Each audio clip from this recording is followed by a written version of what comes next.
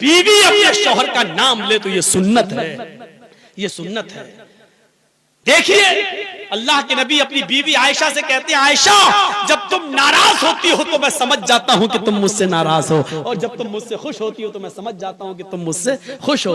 हजरत आयशा ने कहा, अल्लाह के नबी कैसे? मैं तो कभी जाहिर नहीं होने देती हूँ अपनी नाराजगी, फिर आप कैसे समझ जाते हैं? मैं नाराज भी होती हूँ तो हम जाहिर नहीं होने देते कि मैं नाराज हूं, फिर आप कैसे समझ जाते हैं? फरमाया, आयशा शौहर हूं तुम्हारा, चेहरा पढ़ता हूं, जानता हूं तुम्हें। का नहीं, बताइए आप मेरी नाराजगी का पता कैसे लगाते हो? फरमाया, आयशा जब तुम मुझसे नाराज होती हो तो कहती हो किसी बात पर, इब्राहिम के रब की कसम। क्या कहती है? नहीं नहीं, इब्राहिम के रब की कसम मैंने ऐसा नहीं किया, इब्राहिम के रब की कसम मैंने खाना खा लिया, इब्राहिम के रब की कसम। जब तुम मुझसे नाराज होती हो तो कहती हो इब्राहिम के रब की कसम, और जब तुम मुझसे खुश होती हो तो कहती हो मोहम्मद के रब की कसम। मोहम्मद के रब की कसम, मैंने खाना खा लिया, आप भी खाइए। अल्लाह के नबी, मोहम्मद आपके रब की कसम, मोहम्मद के रब की कसम।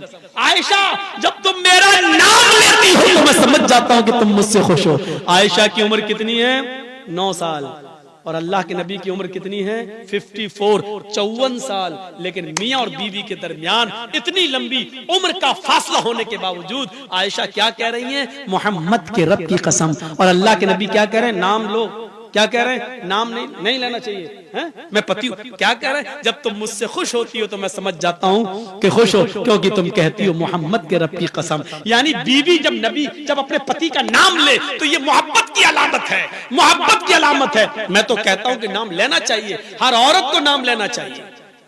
कुछ जाहिल औरतें क्या